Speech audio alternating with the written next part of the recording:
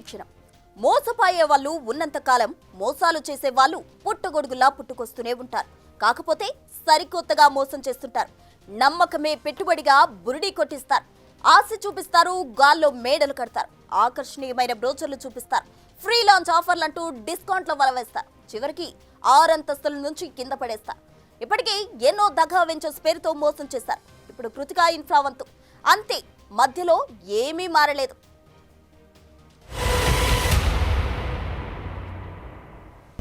ఒకరు పెట్టుబడులంటారు, మరొకరు pre launch అంటారు. నమ్మిస్తారు, నయవంచన చేస్తారు. లిమిటెడ్ టైం ఆఫర్ అంటారు. ఎమోషన్స్ ని క్యాష్ చేసుకుంటారు. ఆశపడ్డారా, బొక్క బోర్లా పడ్డట్లే. హైదరాబాద్లో వరుసగా ప్రీ లాంచ్ ఆఫర్ల మోసాలు బయటపడుతూనే ఉన్నాయి. ఏదో తక్కువగా వస్తుంది కదా అని ఏమీ చూసుకోకుండా పెట్టుబడి పెట్టారా, నిండా మునిగినట్లే. 20 నుంచి 30% డిస్కౌంట్ అంటారు. లిమిటెడ్ ఫ్లాట్స్ ఉన్నాయంటారు. రెగ్యులర్ రేట్ 8,000 SFT ఉంటే మీకు 4-5 వస్తుందంటారు. ఇలా రకరకాలు చెప్తారు. రెరా ఎక్నాలెడ్జ్మెంట్ స్లిప్స్ చూపిస్తారు. పర్మిషన్ కు అప్లై చేసినట్లు స్లిప్స్ చూపిస్తారు. డబ్బులు కడితే పర్మిషన్ ఎంతసేపు వచ్చేస్తుందని అంతా చెప్తారు. కానీ అక్కడే గేమ్ షురు అవుతుంది. పర్మిషన్లు తీసుకురారు, రావు కూడా. తాజాగా ఎల్బీ నగర్లో కృతికా ఇన్ఫ్రా చేసిన మోసం చూశాక పర్మిషన్లు వస్తేనే పెట్టుబడి పెట్టాలన్న అలర్ట్ ఇచ్చినట్లయింది.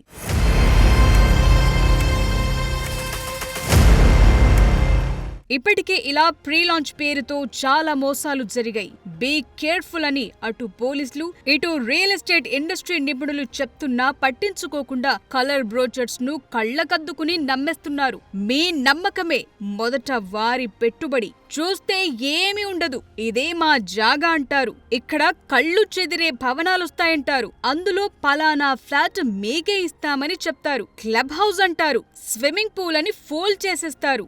అంతా గాల్లో మేడలే. ఒక్క పేపర్ ఉండదు, ల్యాండ్ ఉండదు, అనుమతులు అస్సలే ఉండవు. బ్రోచర్లు మాత్రం 3D కలర్ ప్రింటింగ్లు, గ్లామర్ యాడ్ చేయటం ఇలాంటివన్నీ ఉంటాయి. అవే నిజమని నమ్మి ప్రాజెక్టులో దిగారా, ఇక నిండా మునిగినట్లే. ఆ తరువాత పోలీస్ స్టేషన్ల చుట్టూ తిరిగినా లాభముండదు. అట్లుంటది ప్రీ లాంచ్ దగా వెంచర్స్ తో.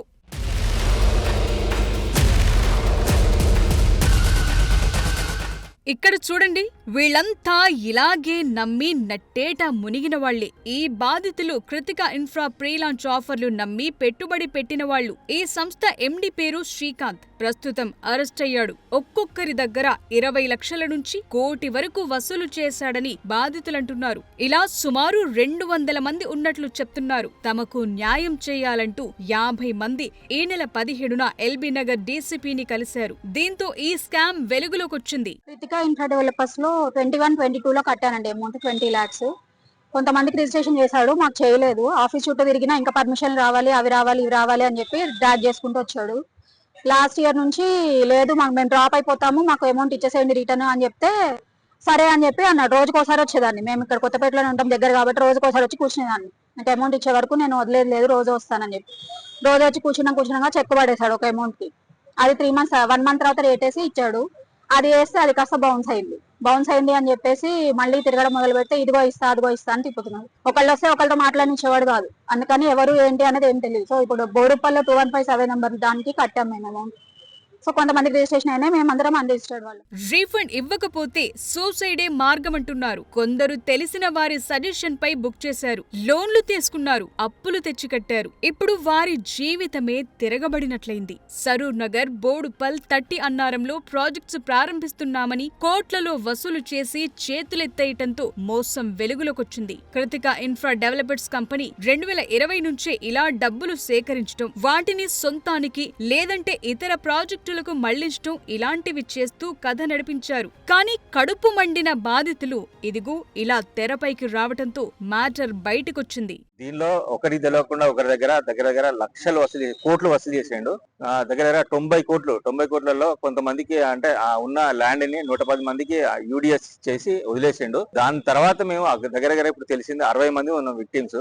ఎవరికి కూడా న్యాయం చేయమంటే వాడు ఇక రేపు ఎల్లుండి 2 నెలలు అని చెప్పి ఇప్పటి వరకు తీసుకొచ్చిండు.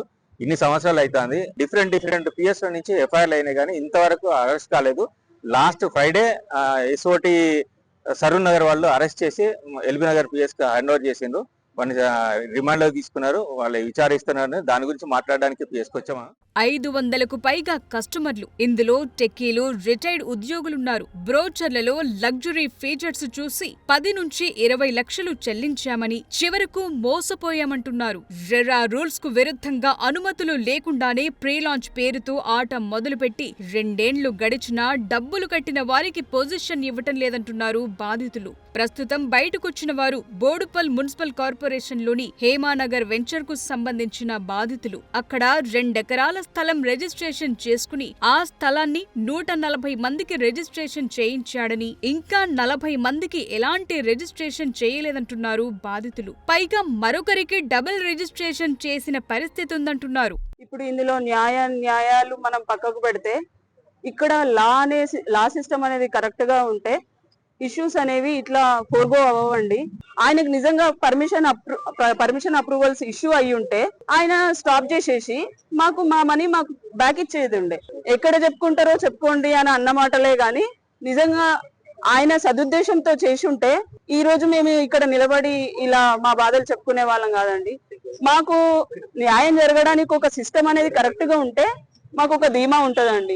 కృతిక ఎండీ శ్రీకాంత్ పై వేర్వేరు పోలీస్ స్టేషన్లలో 16 కేసులున్నాయని బాధితుల ఫిర్యాదుతో అరెస్టు చేశారు. బాధితులంతా తేరుకునే లోపే నష్టం జరిగిపోయింది. మాకు ఇచ్చిన డాక్యుమెంట్స్ ఏం చూపించాడా, రేరా దగ్గర అప్లై చేసినట్టు అక్నాలెడ్జ్మెంట్ రిసిప్ట్, జిహెచ్ఎంసీలో అప్లై చేసినట్టు అక్నాలెడ్జ్మెంట్ రిసిప్ట్, బిల్డింగ్ పర్మిట్, ఇవన్నీ ఏంటంటే అప్లై చేసినట్టు చూపించారు. మేము ఎంక్వైరీ చేస్తే వాళ్ళకి ఖచ్చితంగా వస్తుంది అని చెప్పేసి, ఎప్పుడైతే వాళ్ళు మనీ పే చేస్తారు.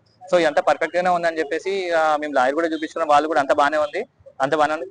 ఇన్వెస్ట్ చేసాం. ఇన్వెస్ట్ చేసిన తర్వాత ఏంటంటే ఇంకా మెల్ల రిజిస్ట్రేషన్ చేస్తాం, ఏప్రిల్లో చేస్తాము, మేలో చేస్తామని చెప్పేసి ఒకరిని కలవనీకుండా చేశాడు. మాకు స్టార్టింగ్ లో వాట్సాప్ గ్రూప్ పెడతాము, మీకు ఇంటిమేషన్ ఇస్తాం అందరికి అప్డేట్స్ అని, కానీ ఎక్కడ ఏది జరగలేదు. సో దాని తర్వాత నాకు 6-7 months తర్వాత అప్పుడు వీళ్ళందరూ పరిచయం అయ్యారు. ఒక దగ్గర ఇన్సిడెంట్ అక్కడికి వచ్చిన తర్వాత వాళ్ళు అక్కడ గోడ మీద రాశారనమాట, ఏది ఇది ఒక ఫ్రాడ్ అని చెప్పేసి. అప్పుడు మేము రియలైజ్ అయినా ఇది ఒక ఫ్రాడ్ అని చెప్పేసి వీళ్ళందరూ ఒక టీమ్ గా ఏర్పడి అందరికి అట్రాక్ట్ చేసి తక్కువ రేట్ లో వస్తుంది ప్రీ లాంచ్ ఆఫర్ లో, మీకు నార్మల్ గా అయితే ₹1,00,00,000 ఉంటుంది, మీకు ఇది 30 lakhs 40 lakhs లో వస్తుంది అని చెప్పేసి మాకు అట్రాక్ట్ చేసి మా ఎమోషన్స్ ని వాళ్ళు క్యాష్ గా చేసుకొని వాళ్ళందరూ డబ్బులు తీసుకొని వేరే దగ్గర ఇప్పుడు ఇన్వెస్ట్ చేశారు. మొత్తము అబ్స్కాండ్ అయిపోయారు. ఎవరు ఇప్పుడు ఆఫీస్ లో లేరు ప్రజెంట్. ఇప్పుడు రీఫండ్ ఎలా అన్నది కీలకంగా మారుతోంది. డబ్బు డైవర్ట్ అయితే రికవరీ ఎలా అన్నది కూడా బాధితుల్లో ఆందోళనగా మారింది.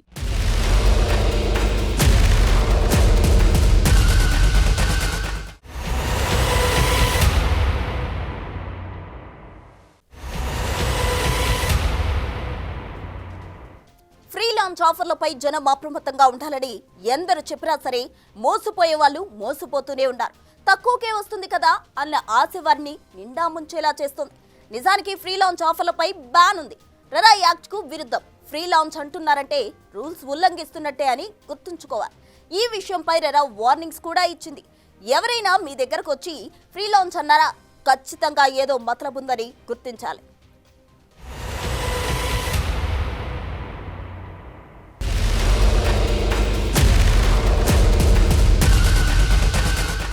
సాహితీ ఇన్ఫ్రా స్కామ్ గుర్తుంది కదా. 700 మంది కస్టమర్లు 800 కోట్ల రూపాయలు వసూలు చేశారు. ప్రీలాంచ్ విల్లా ప్లాట్ల పేరుతో గేమ్ నడిపి బోర్డు తిప్పేశారు. వసూలు చేసిన డబ్బుల్ని షెల్ కంపెనీలకు మళ్లించారు. హవాలాలో పంపించుకున్నారు. ఈడీ ఎంటర్ అయి ఈ విషయాలను గుర్తించి కంపెనీ డైరెక్టర్ సహా ఇతరులను ఇటీవలే అరెస్టు చేసింది. ఇటీవలే వెలుగు చూసిన మరో మోసం జయత్రి గ్రూప్ది. కంపెనీ డైరెక్టర్ కాకర్ల శ్రీనివాస్ ను పోలీసులు జూన్లో అరెస్టు చేశారు. రియల్ ఎస్టేట్ వ్యాపారం పేరుతో దాదాపు 350 మందిని నిండా ముంచినట్లు పోలీసులు గుర్తించారు. జయ ఇన్ఫ్రా పేరుతో టెలికాలర్స్ ను నియమించుకుని అమాయకులను ట్రాప్ చేయడమే లక్ష్యంగా మోసాలకు పాల్పడ్డట్లు బాధితులు చెప్తున్నారు. కేపీహెచ్బీ కాలనీ 6వ ఫీజ్ వద్ద 100 మందికి పైగా ఉద్యోగులతో కూడిన విలాసవంతమైన కార్పొరేట్ కార్యాలయం చూపించడంతో పెద్ద సంస్థ అని జనం నమ్మారు. మొత్తం 300 కోట్లకు కుచ్చుటోపీ పెట్టారంటున్నారు. భారతీ బిల్డర్స్ కొంపల్లి వెంచర్ బాధితులది ఒక్క బాధ కాదు. కొంపల్లిలోని ప్రైమ్ ఏరియాలో 6.5 ఎకరాల విస్తీర్ణంలో భారతీ బిల్డర్స్ వద్ద ల్యాండ్ కొనుగోలు కోసం తామంతా డబ్బులు కట్టామని బాధితులు చెప్పారు. 450 మంది కస్టమర్స్ పొట్టగొట్టి 200 కోట్ల ల్యాండ్ ఫ్రీగా కొట్టేద్దామని భారతీ బిల్డర్స్ చూస్తుందని గతంలో బాధితులు ఆరోపించారు. ఇప్పటి వరకు తమకు ల్యాండ్ రిజిస్ట్రేషన్ చేయలేదని, పైగా తమ డబ్బులు తిరిగివ్వలేదని బాధితులు వాపోయారు. ఇవి జస్ట్ ఉదాహరణలు మాత్రమే. మరో ఎగ్జాంపుల్ చూద్దాం. సాయి సూర్య డెవలపర్స్ ప్రకటనలో నటించిన హీరో మహేష్ బాబుకు ఏప్రిల్లో ఈడీ నోటీసులు ఇవ్వడం అప్పట్లో సంచలనం సృష్టించింది. ఆ రియల్ ఎస్టేట్ సంస్థలు జనానికి అనుమతి లేని వెంచర్లలో ప్లాట్లు అమ్మారని, మల్టిపుల్ రిజిస్ట్రేషన్లు కూడా చేశారని, అగ్రిమెంట్లు లేకుండా డబ్బులు తీసుకోవడం, అవకతవకలకు సంబంధించి కేసులు ఫైల్ అయ్యాయి. ఇలా సెలబ్రిటీల యాడ్స్ చూసి కూడా కొందరు మోసపోతున్నారు.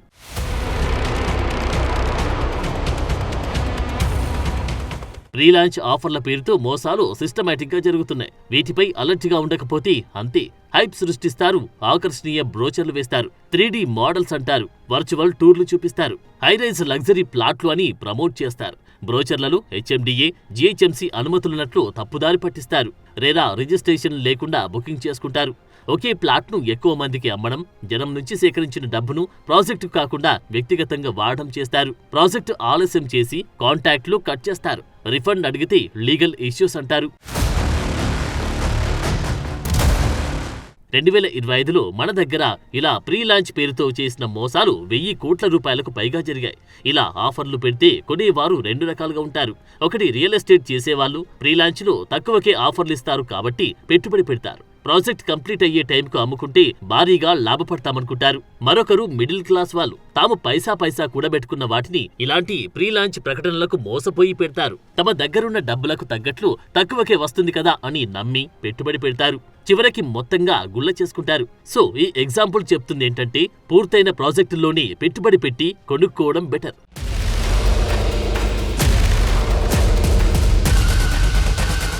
అన్నేసి లక్షలు పెడుతున్నప్పుడు lawyers, engineers, finance, technical experts నుంచి అవసరమైతే సెకండ్, థర్డ్ ఒపీనియన్స్ తీసుకోవాలి. కంపెనీ పనితీరు, ప్రొఫైల్ చూసుకోవాలి. కేసులు ఏమీ లేవని నిర్ధారించుకోవాలి. రెరాలో రిజిస్టర్ అయ్యారా, పర్మిషన్లు తెచ్చారా ఇవన్నీ చూసుకోవాలి. జస్ట్ అక్నాలెడ్జ్మెంట్ స్లిప్ చూసి మోసపోవద్దు.